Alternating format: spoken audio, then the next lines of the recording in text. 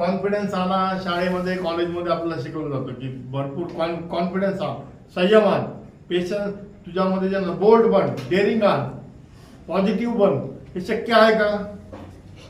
त्यासाठी काय गरज आहे? कुठल्याही क्षेत्रामध्ये पुढे जाण्यासाठी तुम्हाला जे आहे संयम पाहिजे. संयम असेल तर दुसरा गुण, हा पहिला गुण तुम्हाला जाणायचा आहे. दुसरा गुण ऑटोमॅटिक डेव्हलप होतो. कुठला?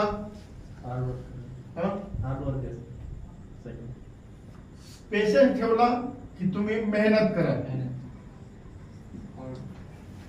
बरोबर ना?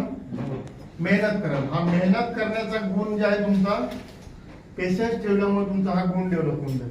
त्याच्यानंतर तिसरा गुण ऑटोमॅटिक डेव्हलप होऊन जाईल. कुठला? कॉन्फिडन्स. हा, कॉन्फिडन्स. कुठला? कॉन्फिडन्स. तुमचा आत्मविश्वास वाढेल. बरोबर ना? तुमचा कॉन्फिडन्स वाढेल. मेहनत करत गेलात की ऑटोमॅटिक जे आहे तुमचा कॉन्फिडन्स वाढतो की नाही? सायकलचं उदाहरण दिलं होतं मी.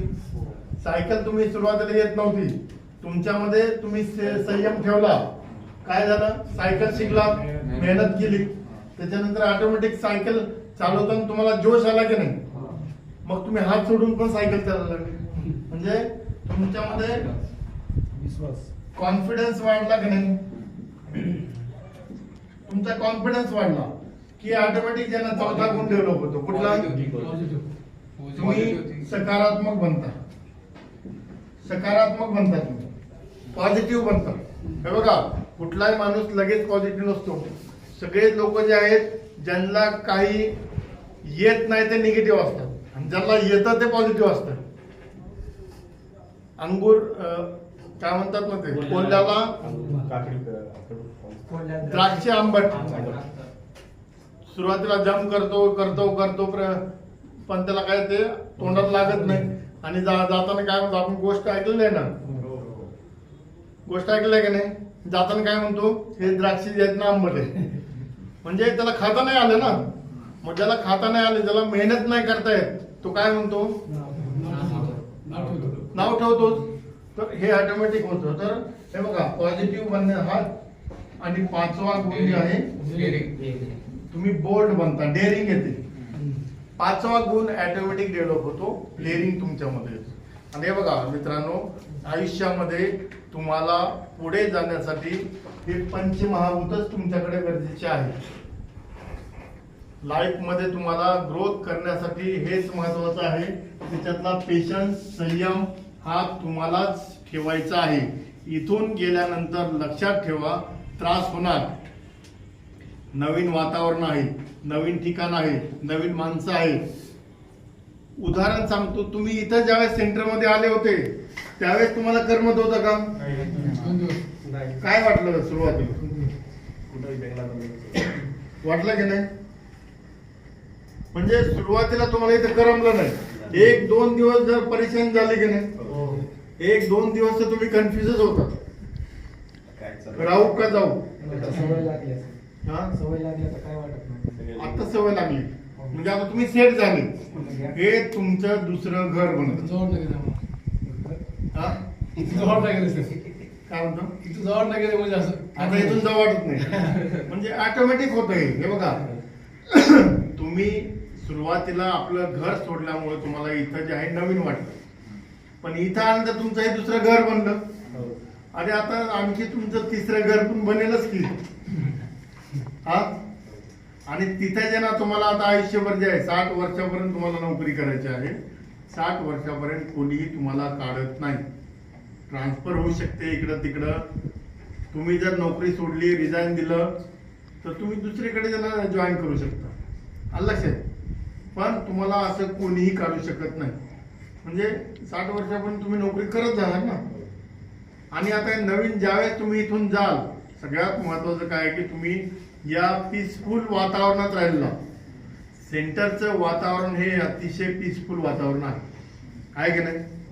मोकळं पटांगण आहे. राहण्यासाठी ज्यांना जिकडं तिकडे ज्यांना सगळं मोठा हॉल आहे.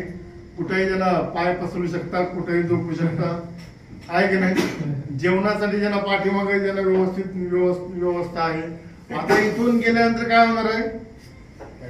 हे राहणार आहे का? अरे आता तुमची दुनियादारी चालू होणार आहे, बरोबर ना?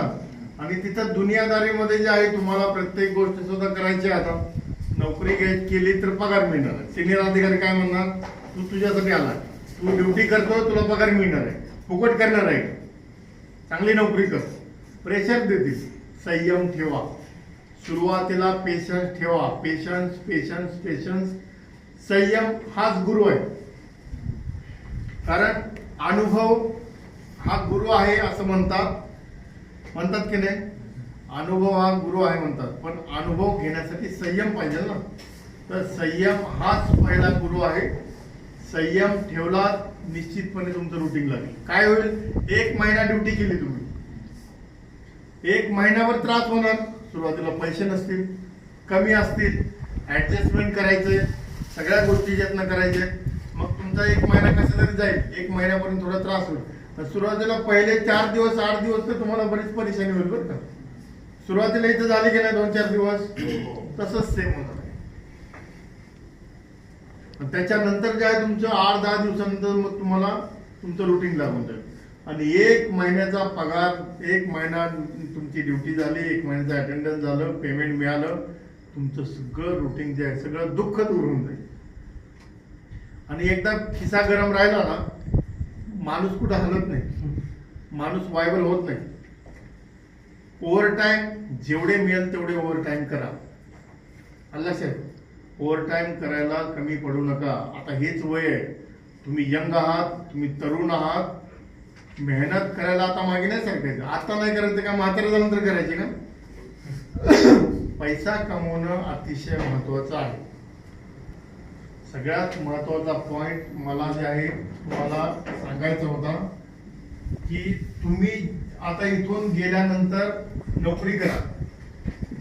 नोकरी कराल तर पेमेंट मिळणार, बरोबर ना? तुम्हाला जे पेमेंट मिळणार आहे त्याचं मंथली बजेट बनवा. कारण तुमचा हा बेस आहे, तुमची सुरुवात आहे.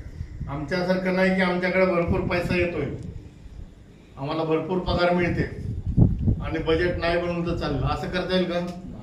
सुरुवातीपासून बजेट बनवायची सवय ठेवा. आता बजेटमध्ये जे आहे तुम्हाला तुमच्या पेजमध्ये जे ना काय काय करावं लागेल, एक तर तुमचे खर्च कुठले कुठले आहेत ना, 2 पार्ट तुम्हाला करायचे. एक तुमचे खर्च आधी काढा. काय खर्च काय काय आहे तुमच्या पेज मध्ये बनवा, नोटबुक मध्ये पाठीमागे बनवा, पटकन बनवा, लवकर. पाठीमागे जे आहे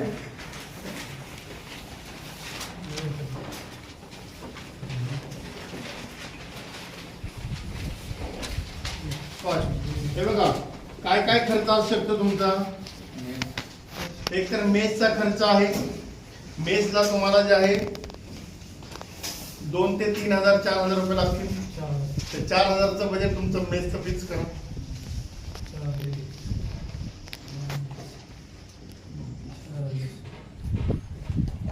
4,000 तुमचे जे आहेत ते मेसचे खर्च करा. रूम रेंट जे आहे तुमच्या पेमेंट मध्ये HRA मिळतो. रूम अलाउन्स तुमच्या पेमेंट मध्ये असतो आणि त्या ठिकाणी तुम्हाला मागितलं तर 500-1000 रुपये त्या ठिकाणी, ते तुम्हाला सुरुवातीला सांगितलेलं आहे. HRA तुमच्या पेमेंट मध्ये असतो. तुम्हाला 1 महिना झाला की तिथं तुम्हाला जे आहे कंबाईन रूम दिले जातात, त्याचे 500-1000 रुपये त्या ठिकाणी ज्यांना वेगळे जमा करायचे. ते तुमच्या पेमेंट मधनं कुणीही काही कट करू शकत नाही, हा नियम आहे. तुमचा पगार आहे तसा तुमच्या अकाउंट मध्ये टाकणं ही जबाबदारी जी आहे कंपनीची. त्याच्यातनं कोणीही तुमचं फाईन असेल काय असेल ते तुम्हाला ज्यांना फाईनचं ज्यांना चार्ज कट होऊ शकतो, पण तुम्हाला जे आहे तुमच्या बाकीचा जो खर्च आहे त्याचे पैसे कट डायरेक्ट करू शकत नाही. त्याच्यामुळे तुमचा वैयक्तिक खर्च, रूम साठी ज्यांना पकडा 1000 रुपये,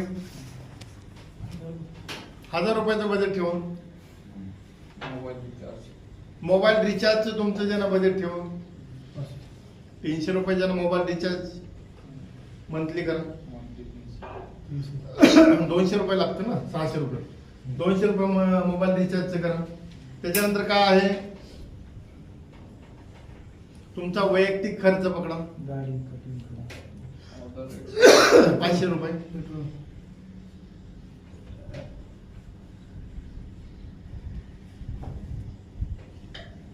आणखी अदर एक्सपेन्स मध्ये टाका 1000 रुपये. कुठं तुम्ही फिरायला गेले किंवा पेट्रोल टाकलं किंवा काय केलेलं आहे 1000 रुपये त्याचे टाका.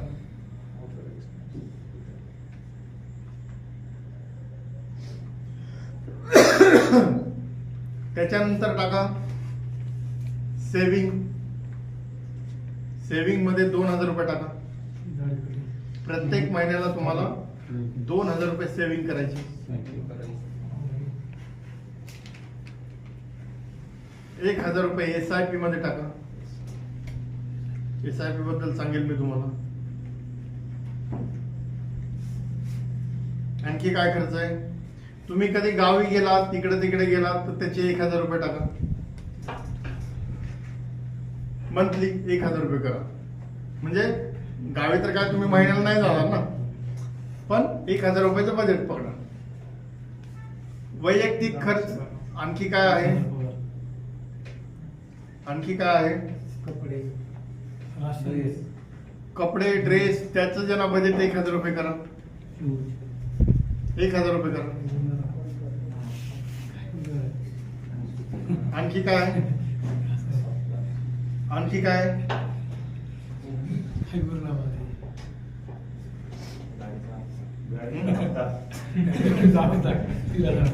हप्ता जे आहे हे बघा. काय की कुणाचं ज्यांना कर्ज असेल काही हप्ता असेल तर पहिलं काय करा माहिती आहे का? आता हे बजेट तर बनवलेलं आहे, ह्यातनं पैसे वाचवण्याचा प्रयत्न करा आणि ते हप्त्यामध्ये ज्यांना कव्हर करा. किंवा मग सुरुवातीला जे आहे हप्ते देऊन जे आहे तुमचं पेमेंट झालं की पहिले हप्ते जे आहेत ना पटापट नील करून टाका.